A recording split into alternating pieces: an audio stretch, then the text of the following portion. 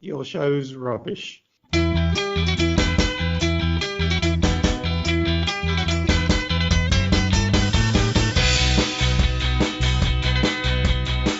Hello, and welcome to Recently Changed His Name to Dragon. Just another alternative title that we could have gone with, as we're finding the Trout Spinners podcast. It's a little bit, it's not the most searchable term on the Google, is it? No, we got a bit of competition now as well, so apparently. We do have a bit of competition, but let's not plug it. No, it's friendly. All friendly. We're not bitter. No, it is the Trout Spinners, as you say, and it's been a long time since we've done a proper show. And in fact, with the last one we did, it would have been a long time before the last one previously. We've done some interviews. We've done 3 interviews in the last month or two, and we enjoyed them, didn't we, Mars? Can I be honest with you? I am a little bit interviewed out, though. I've got no more questions to ask. You arranged them all. I know. No, I know what you mean. But today, a normal show, we're back to reviewing. I think it's episode number 46. You will know it. It's quite well known, and we're looking forward to that. So, and that's that. But how are you doing, Mars, this week? I'm good. You know, how's things? Bit of politics. You want to tell me any political views? I haven't got any political views, mate. Love that. I'm neutral. I'm neutral about all parties. Love them all the same. I hate people who say that. I know you're joking. I know I'm joking. I've had a KFC twice this week, and I feel incredibly guilty about it. It's because I've been going to the pub now more than I've done, obviously, because no one's been able to. I rang him on Tuesday. I said, "Are you free?" You know, he's like, "Yeah, I'll go for a walk." You know, I said in an hour. He went for a walk. I sort of heard him. He said, "Oh, hang on a sec." When we're on the phone, hang on a sec. "Oh yeah, could I have a table for one, please?" And he'd walked to the pub. But it wasn't a walk; it was a walk to the pub. And he sat in the pub for 2 hours. That's what we saw. It still counted. It still counts. So anyway, yesterday I ordered the KFC. The KFC came, and there were no chips. And so I got in touch with Uber and I said, "Yo, missing chips, free chips." Free chips. And this morning, I'm pleased to say, Gary, this is the response, the email I got from Uber. "Hi Miles, we're sorry to hear that you're missing items from your order. We understand that this must have been frustrating. We've gone ahead and refunded you £2.93 for the missing items. This refunded amount should reflect in your account within the next few business days. So free chips." Let me tell you, well done for that. And I've actually got refunded from a McDonald's order when they didn't include the sour cream and chive dip. I complained and they refunded me 20p. 20 pence. 20 pence. Everything relates to the show. Everything goes back to the show. 20 pence. Yes, well, I'm glad you had some. What did you get? A tower burger? It got like a meal for one with a different variety of. Even though you've got a girlfriend, you've got a meal for one. No, we shared the meal for one, so it felt less guilty, as is the case. Anyway, so you just do feel a bit victorious, but then you'd rather a bit of a waste of space. Yeah. Oh, you can use that. You can put that in your mortgage fund. Yeah, £2.94. Anyway, it's been a good week, but I'm excited about doing this show because we've trailed it for quite a while, and there was a bit of a build-up beforehand. So let's get on with it, shall we? I was quite. I'm looking forward to it too, but I've got something coming up later that's quite ambitious. And on that note, we'll have a general discussion about specific points or general views on the show. Then we'd have our favourite quotes. And what we're not going to do on this show is have XFM in the community because there's quite a lot of it. We haven't done it for a while. So we're going to kind of do that separately. XFM in the community won't be part of this show, but it will be part of another show that's kind of joined onto it. What we will be doing this show is the Trout Spinners library, where we both select a song into our Spotify playlist. So I hope you've got a song ready, Gary. What's the most generic Beatles song there is? You've done 2 Beatles songs. I'm saying you're not allowed to put a Beatles song in there. On that note, though, I do have to say, who was a big fan of the Beatles was Matt Everett. And I'm a little bit surprised we haven't heard any feedback from that interview because it was an absolutely fascinating sit down with him. Really interesting bloke, done so many things in his career. So I do suggest you have a look at that episode because it was a good one. But this week, check out Carly Pilk Boys afterwards. And no. Okay, so this week we discuss episode 46, 12th of July 2003. Ricky and Steve pre-record a spot lampooning the radio authority, but the managing director of XFM bins that. Karl has to go along with the decision, even with the swearing bleeped out. Karl getting ready to go on holiday again, no more cheeky freak of the week. And Monkey News, Monkey Prison in India. The boys have stories of winding the teachers up in school. I put a link to the original show in the description, and you can listen to that. And when you're ready, come back here for your little debrief. Hi. Hello. Hello again. Okay. So this is... on us. So this is the episode, Gary. Tell me, why is this such a big episode for you and for many other people? For me, I think it's an independently just a funny episode, apart from anything else. But it's well known, I think, in the community because it's like the build up for the last few shows, especially the previous one, has like led to breaking point, and the tension between Ricky and Karl goes over from just being funny to being like incredibly like real. It's always real, but it's intense and it's real, and it lasts a whole show, and you can feel the effects it has on Karl. And quite a few listeners have messaged us saying, like, when we were way back before we'd even got anywhere near this episode, saying, oh, I'm looking forward to you doing this episode, and also I can't listen to this episode. Someone said, I just can't listen to it, and it is uncomfortable to listen to. But with that uncomfortableness actually comes that sort of extra added edge, which the show doesn't need, but it got in this particular one. It's got an added edge. It makes it, the tension it makes it a better show to listen to. I actually really enjoy listening to it, but it is uncomfortable. And do you know what I mean? When you watch a film, sometimes the director wants to make you uncomfortable. You'll know about films like that more. They don't want you to just have a nice, easy ride. Now, this wasn't like a planned thing, like it was directed, but it feels uncomfortable. And from that, actually, I really enjoy listening to it. And it comes in to a perfect note. It's almost like it's pre-planned, but it's not. The last note of Jane's Addiction, Just Because, it's that sort of flat note. It really sets the tone for what's about to come. And I enjoy the episode. I actually think my thoughts on it are that a lot of people say, oh, Ricky's such a dick in this episode. I actually don't think so. Ricky is really difficult to deal with, and yes, he's been a bit of a dick, or quite a lot of a dick, to Karl, and obviously has been the days before when they found out they couldn't do their little sketch. But he actually is funny the whole time. Like, he's always funny with it. In this show, there's other examples in other shows where I would say I really disagree and dislike what Ricky's doing, but in this show he gets away with it because he's funny throughout. Like, every time he winds Karl up, it's funny, and his laughter's funny, and he's Karl. And can you imagine being Karl? He was the producer in that show. Like, I do feel sorry for Karl, but as I say, and it must be the most difficult show for Karl to have done. But I actually don't think like, oh, I hate Ricky for how he treated Karl in this show. Don't get me wrong. I can see the bad points, and what Ricky is not acting in a good way, but at least, unlike other times when he's been dick, he is funny with it. I will second that, because this side of Ricky is the more mischievous, the more chaotic one, as opposed, there's nothing that I would consider nasty about how he behaves in this episode at all. I think it is just like three sixth form students like messing around. One being bullied. But I do think, though, I reckon that Ricky was a genuine dick Karl off air before the show. Before the show, I reckon he really showed a nasty side. But on air, he was and it's not good. It's not good. He was being a dick. And Ricky's always got that mischievous side. It always comes out during the shows. It's just this show is dominated by it. And Karl, to build up to, well, you do.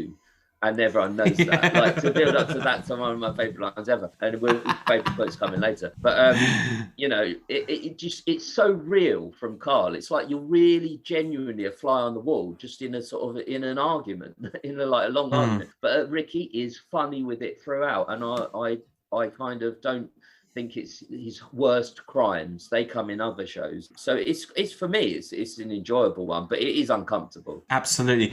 Now shall we just set this in context? So the show comes in, and Ricky is used to getting his own way, isn't he? And he's always been like that. I mean, even think about how he operated, commissioning the office. It was always on his terms.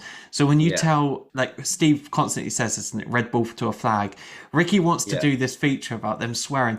And can I just say, I wouldn't have wanted to listen to that feature. I don't think it's a good feature. I don't even understand it. He said, he's saying so the vowel's offensive. He did, and people will be familiar with this. If you go back to series 0, they do a funnier sketch which involves swearing, where they're talking and the bleeps are edited in when every time that Ricky is talking, so he'll go, I just can't believe that. And then when Steve has to swear, it doesn't bleep for him. And it's a much funnier, a much more entertaining sketch. Whereas I'm so with Karl on this. I wouldn't, it's not, I don't believe it would be funny, but it's just funny that he can't do what he wants straight away. And then he comes in, he does the worst best intro, because he goes, right, everybody out, let's give it a great show, let's give it an hour of fun chat, let's keep it cutting edge. That's what the listeners of the, no, they wouldn't. No, it's not. No. It's good. That's a good point, actually. Ricky does always get his own way with good consequences with The Office. It was good that he got his own way, because it would have been different in casting. Cast would have been different in the editing, everything, and he deserved his own way with that. But he's not, and he wins most awards that he goes for. That's why he went on. He was so I think he genuinely was pissed off not to get any award in the Sonys, but that made for a good show too. But he doesn't get his own way, and it's Andrew Phillips's decision, really. I don't know whether it would have been funny or not, that sketch, but I'd like to have heard it now, because it's so legendary. The fact that we didn't hear it, like the fact that made this great show. I would have liked to have listened to that defense of the sketch from Ricky, that internal discussion that they had with Andrew Phillips, who says, what was that? Andrew Phillips walked by and says, you can't go out like that. I wanted to hear that chat more than anything. Incidentally, if you want to hear from Andrew Phillip recently, go check out our Andrew Phillip show. We interviewed him a few months ago. I reckon another podcast will probably chat to Andrew Phillips about that. Another newer podcast that is kind of related to the XFM shows and might be a bit better produced, but who knows? I don't know. I'm not supposed to tell him. I wasn't saying anything. Do you know what I do like about this show, though? After that discussion, and it's still quite early on, I think so many of the seeds for this episode are laid early on. But the little provocations that Ricky does just after Steve saying, and Steve says, because what was that point? He says, because you were saying that why would people find swearing offensive? And then Ricky literally backs him up straight away, and he says, because you were saying you don't have people with a problem with people swearing, and Karl says, I know, and it's just Ricky again, just being that little stirrer. He knows that's the perfect thing to say if you're trying to wind someone up. And Steve didn't quite do it the first time, but Ricky did the second. Yeah, well, he thinks he's winding him up, but he's kind of hasn't really got Karl on that point, because Karl acknowledges it and things. But I've put down mainly that Ricky is like a spoiled child in this episode, but he's like a very funny spoiled child, a very comedic one. So his winding up of Karl, and rather than happening, on certain bits, one or two times in a show, but especially for the first half of the show, happens every single link. Every single link he winds him up in a different way, like the ways you were saying. Long links. Karl, long links. One of my favourites. It's just the timing of that's brilliant, because Steve's like, no, do it now, Karl. And then there's a bit of a pause, and Karl was just about to have been like, oh, okay, well, I will do it. And then like, long links. Just that pause before long. And it's just, but that's later. Literally every link they have in this show, Ricky is doing something different and it's something funny. So I'll give him that, to wind Karl up, but it is still uncomfortable. Well, I like the person, the listener that comes to Karl's defense, and you think it's one of those emails. It's quite amusing. And he says, I think Karl has taken this job for granted. My qualifications are da-da-da. Can I come in to produce? Dan, you know my address. Get in touch. He says, I'm not being ratty. I'm not being ratty. Yeah. Dan, you know my email address. Email in, you'll be here next week. And so you think the listener's on the side, but then he goes, he does the bone idol. A bit after that. And Karl just, all he says is, brilliant. Yeah, brilliant. Yeah. And this has got some of my favourite Ricky laughs. There's the laugh after brilliant. There's the laugh after long links, where it's like, it's a proper throaty, muttly. It's the real kind of laughs that you don't hear from Ricky anymore. His laughs seem like because Yeah. he's known for laughing. Now he seems, when he laughs now these days in interviews, I think that seems, or the outtakes for Afterlife, it seems like a bit false, but I then they agree. were so Yeah. real, and the tension was so real too. Yeah. It's so I think that's why it's so legendary, because you genuinely are hearing like anger and resentment between three people. What other radio show gives that? I mean, Ricky Gervais show often gives it in bits, you know, but this show, the whole show, genuine antagonism, and you're like a real fly on the wall. It's like, even if it wasn't a funny show, it would still be interesting to people. Even if it was like a kind of news show, but they were that annoyed at each other, it would still be quite legendary, like stay and well listened to, because you just want to hear. It's just like, it's a shard of point. What other radio show would you have a presenter basically quit on air? So, because I can listen. I tell you what, if Andrew is listening, okay, he basically hands in his resignation letter like live on air. You would not get that now. I mean, forget, like, you know, you can sort of take liberties with podcasts and it'd be silly, but not on bloody mainstream radio. It just doesn't exist. And yeah, because Matt Everett said that as well, didn't he, last week? He said, you know, it was a very rebellious kind of station at the best of times. And this show kind of epitomizes that, doesn't it? The Ricky Gervais show in general epitomises that, but this show in particular of the Ricky Gervais show epitomises that aspect of the station. And it's so real. Like, I mean, Ricky is being funny with it, but the genuine tension and, you said, when do you get a presenter quit live on air? Well, I don't think that's the only time Karl's quit live on air, actually. Ricky and Steve have also quit on air on different shows. They kind of, where else do you get a show where their hosts are desperate to put out a skit on swearing, and just say with the F and the C word, and do it against the radio authority. You know, like what other show? Even, I mean, today you wouldn't get that, but even back then, it's not like back then it's easy to get away with that stuff. But they just did get away with it in a way that I'm jealous of, because I wish not only to be working in radio, but to have a show and a station like that I was working. But I think there are a lot more. It's a bit of a different matter, but there are quite opinionated shows out there, though. Have you ever listened to like James O'Brien? Have you ever watched Good Morning Britain? They are so. They can be very vicious, very outspoken, very kind of Fox News presenter-y. Like, there's a difference. There is a culture in this country of like Fox Newsification of our TV, because we've always had right-wing tabloids, but we're getting more right-wing stations. And you know, I would just say this: that it's not about what makes this show so good. Isn't the antagonism and the tension? It's the realness of it. So there are shows like that. They seem manufactured. The debates, they are real. They're real debates, but they're like news shows, and it's kind of a pre-specific debate that they're going to have. They're going to disagree on it. Piers Morgan's going to be a twat. On some issues, he's going to be all right. You know, they're designed, those shows. And Andrew Neil used to be like that. It was good. It's good interview, Andrew Neil. But there was always kind of antagonism. So it's not like unique to have antagonism and kind of that kind of aggression on British media, but it is for an entertainment, just a light-hearted entertainment show. And even where you do get the tension and antagonism on shows that are newsworthy like that, although the debate might be a real one, a genuine one that is happening between two people, it is to some extent manufactured by a producer and a director who all have pre-decided the topics for discussion that the presenters are going to present with. This is real. This show that we're reviewing, and it is real. Unplanned. It's so completely unplanned as well. And it's like, it's like you said, it's like a free sixth formers arguing. I wouldn't say that. Maybe it is. Whatever it is, it's like just three people who aren't anything to do with radio. Like none of them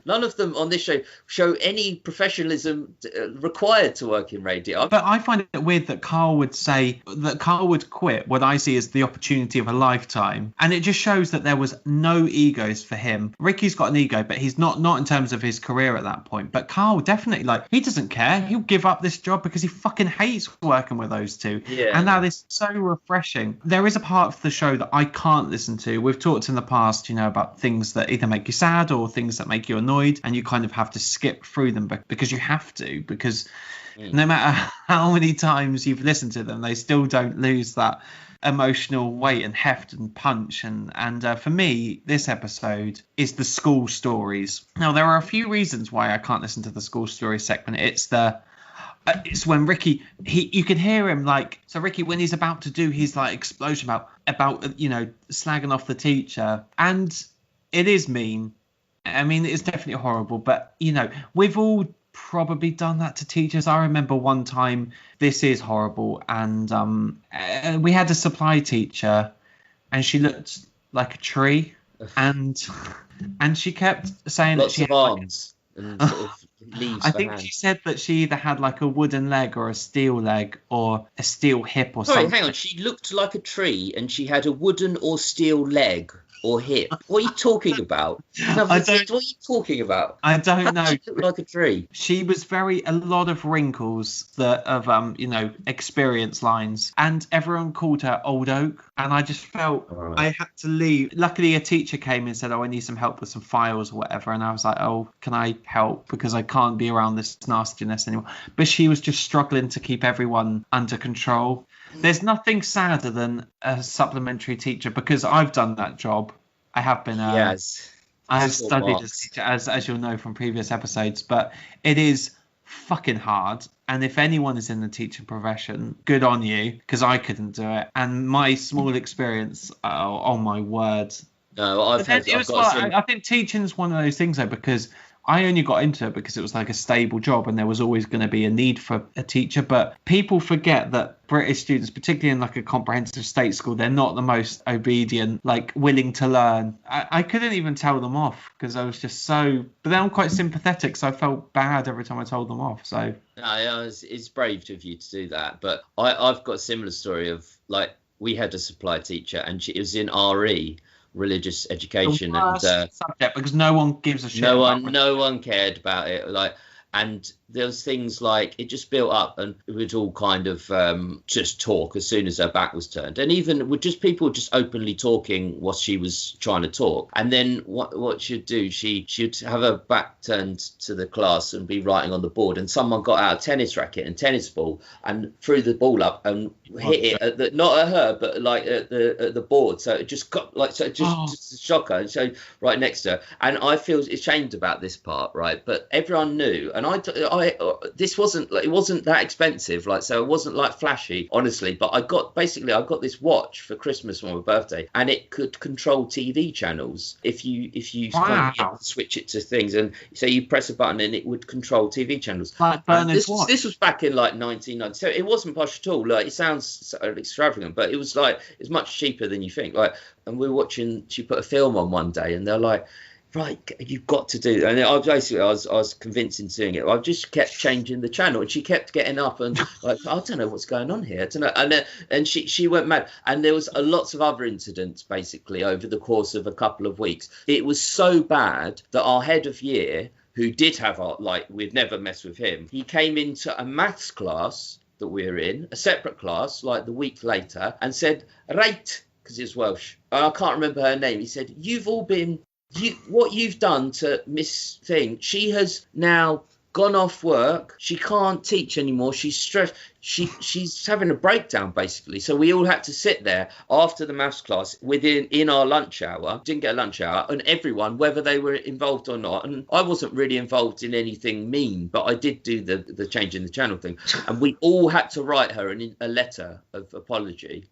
We all had to write her, and people just really didn't care. They just gave it the least attention as possible, and they probably would make her feel worse. I don't know, but they were apparently sent on to her. We never saw her again. And it's that thing that Ricky says about, like, or Steve says, like, you know, you drew a teacher whose cat was run over, and they just drew a picture of a dead cat on the board, and he ran out crying, and you've lost him forever then. And it is that thing.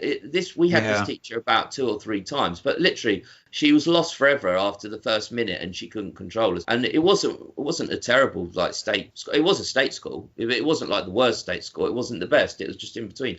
But it just became a group thing, whereas usually there was a couple of students in some classes that misbehaved. But as a group, you kind of suddenly all start to just have no respect for this teacher. And even the ones who don't like to, who are nice, like you, or me, I'd like to, we get sucked into kind of going along with it. And it is terrible for teachers.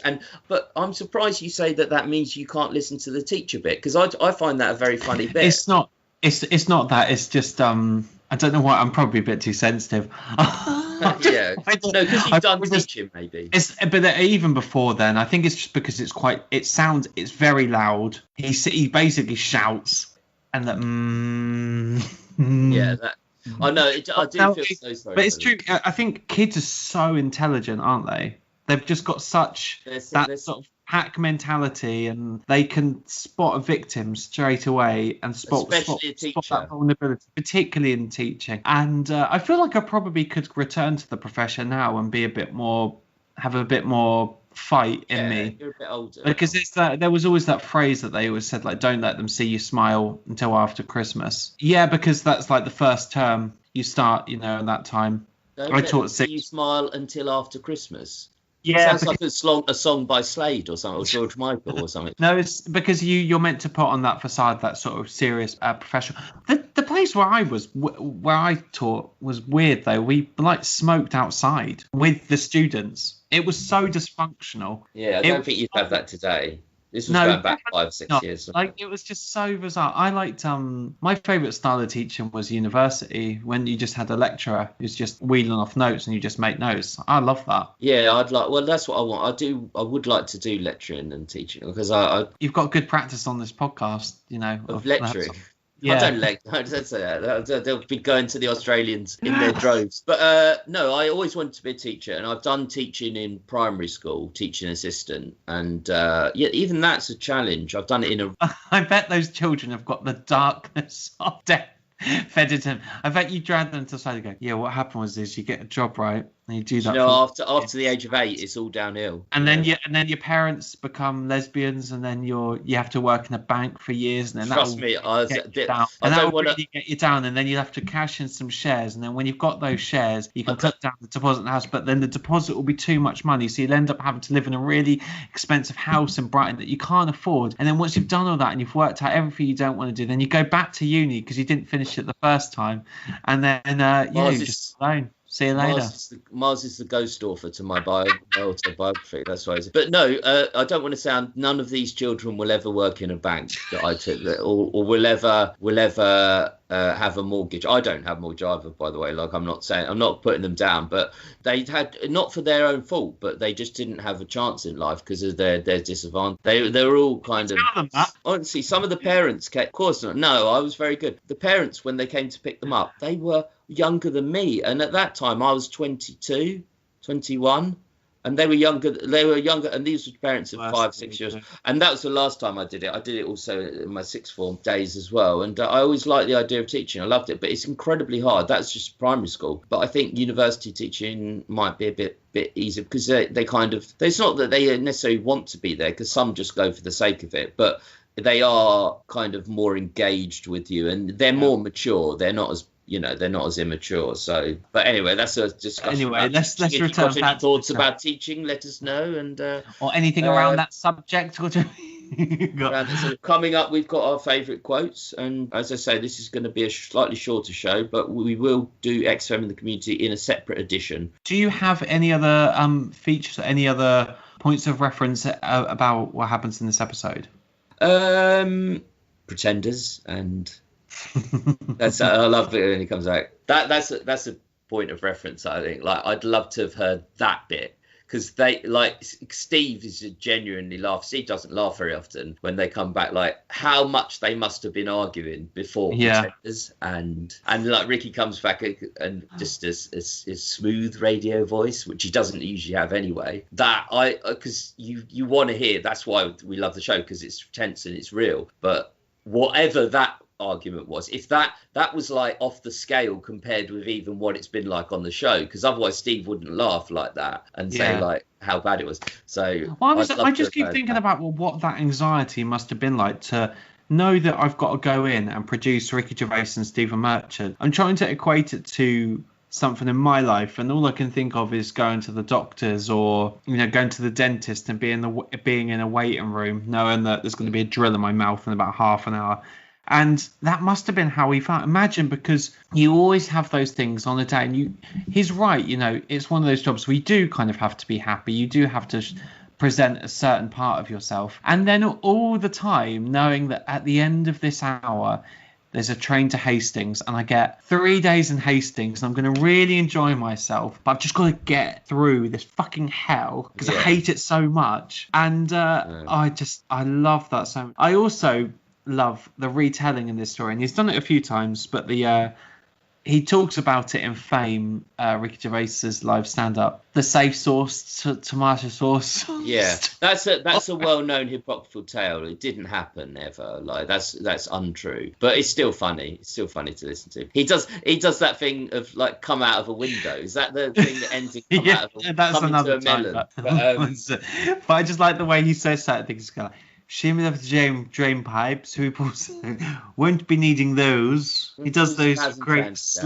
Yeah, he could tell that story so much better than Steve can or anyone else can. When he gets to the end of the story, and he does actually do that. Sorry, Karl. You can hear him just. He's sorry, Karl, because he knows he's gone too far at that point. So I do think that Ricky does actually respect his limits sometimes. Like, I think he does know that this is an absolute chore for Karl, and oh, what a nightmare. He goes way beyond his limits, though, this show. It's just that I'll also give it to him this time, and I'll accept, because he's really funny with it, even in his different way. I know not every single line he says, but most of what he's saying, every time he's winding Karl up, is in a funny way, and he's not being overly mean. I think the genuine meanness and the nastiness, which I wouldn't have liked, happened before this show, before the show started. Yeah, I agree. As he says, like, it's not just for you, it's not just between 1 and 3, it's for you between 12 and 1 as well. And I'm sure Ricky was there before 12. Like, well, it just made me laugh when Matt said last week, it was just like, oh, Ricky was just like around. I'm like, what other kind of job where Ricky's just around? He said he's just around. And also, he can just do that. He could just go for lunch at 12 o'clock till have a long lunch. That's great. And even like when Karl disses Steve, said, yeah, I know you must do that. Start work about 4 o'clock, finish your work about 4 o'clock.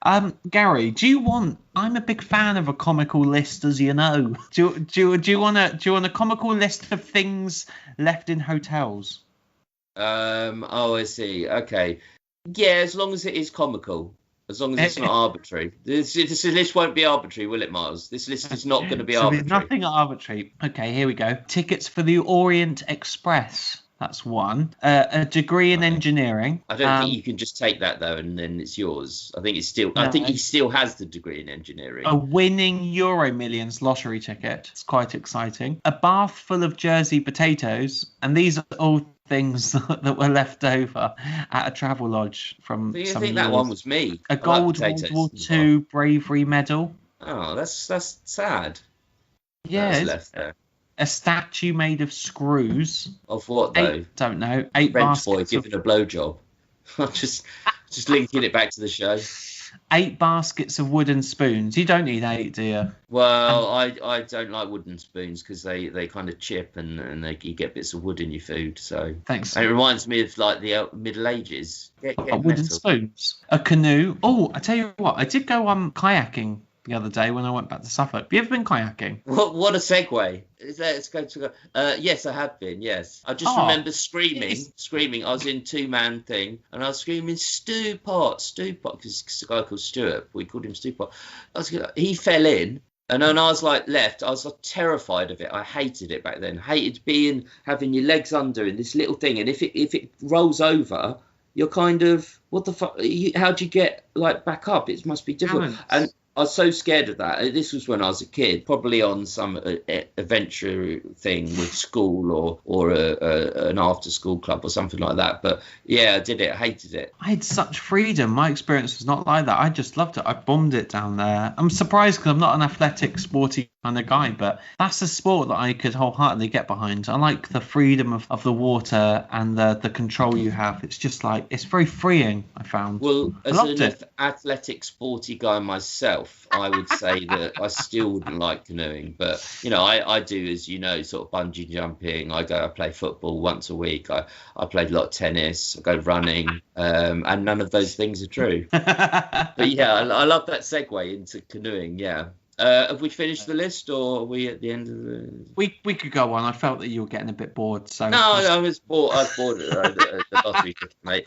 No, it's but yeah, that's a bit of the show. I kind of like Steve tries to make. He does make a joke like Paul McCartney's fine, but it doesn't go down as well as probably would. Yeah, it's good. It's good.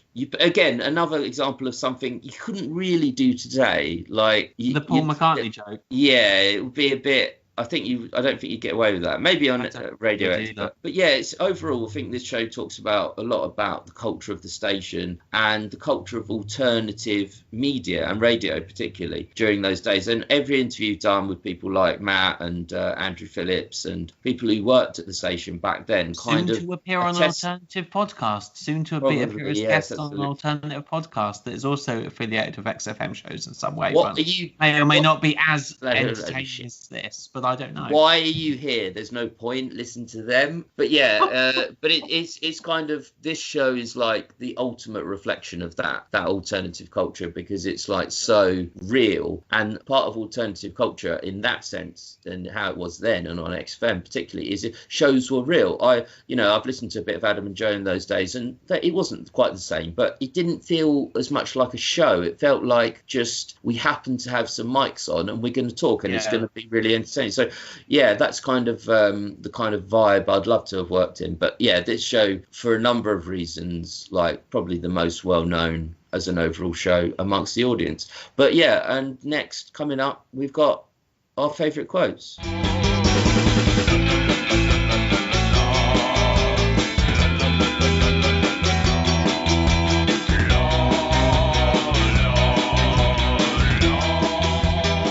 Hello everyone, welcome back to the Trout Spinners, this very, very special episode where we are reviewing episode 46 on the 12th of July 2003, Karl's breakdown before he goes to Hastings. Now, I think we should have some of our favourite quotes. Yes, so do I. You sound very mysterious when you said that.